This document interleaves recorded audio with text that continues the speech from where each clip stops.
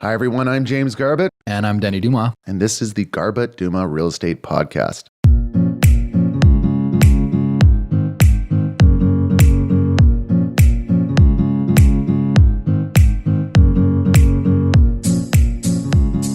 What sort of trends, predictions, things that you think might happen in 2021 or might be more prominent in 2021 that we're not talking about or seeing or thinking about today?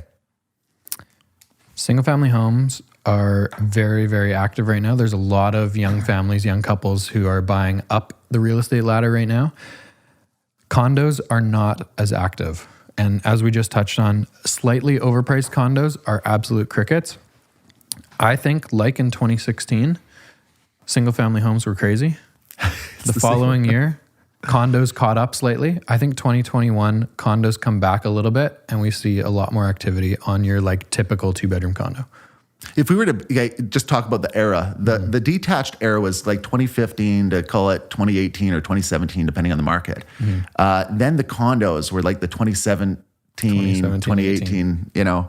So the condos had a delayed start. Maybe it was 2016 start, but I do remember a huge jump, and it was like a 2-year delay. Yeah. So the prediction that you're saying is it's the detached times to shine again, and the separation between condos and detached may grow. Yeah.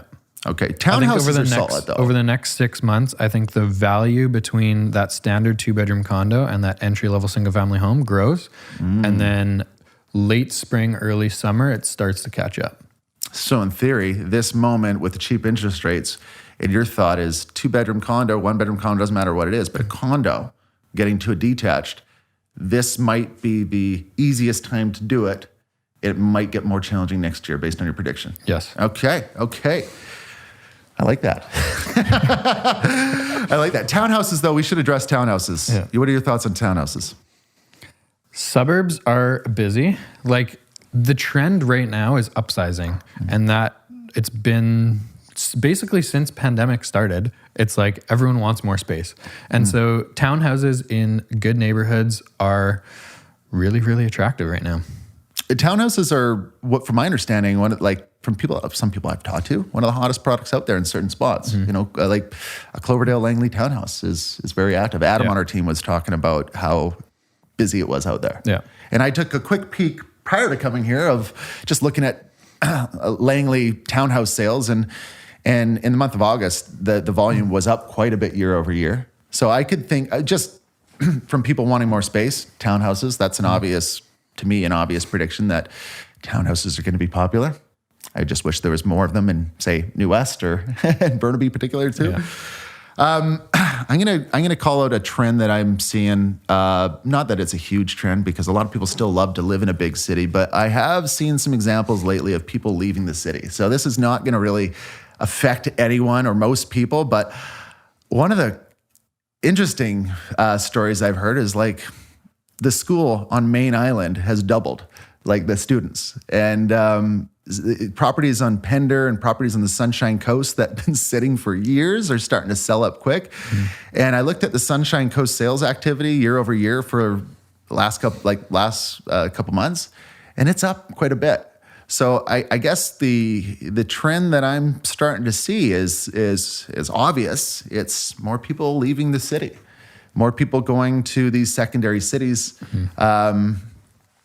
If the market holds or the market strengthens and people don't flood it, don't get me wrong, it's not a flood of people going out of the city. It's kind of just the natural migration. But if prices hold, I think that will continue.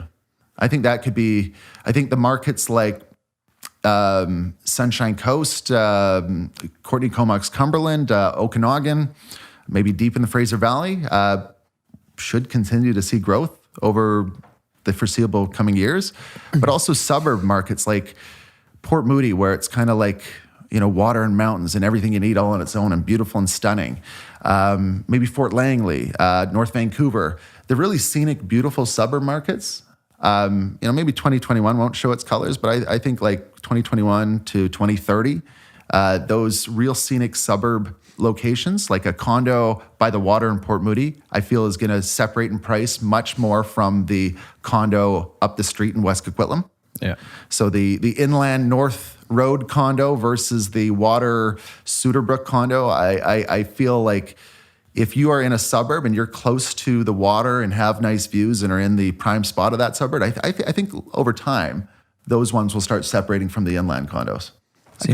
Seems like people, like coming out of this pandemic, it seems like a lot of people are putting more value on where they live versus being close to work, right? A lot of people are working from home much more than they used to, and that seems like it's going to continue for the foreseeable future. And so I think people are just putting more value on their community rather than like a short bus ride. Less socialization, less priority to be, in the hot spot. But so I guess to sum up, 2021 predictions, detached is going to have its moment to shine, and more people are going to go to other awesome smaller cities outside of this big one. I like it. That is all. We should do a podcast on June 1st, Carl, 2021, and recap if we were right.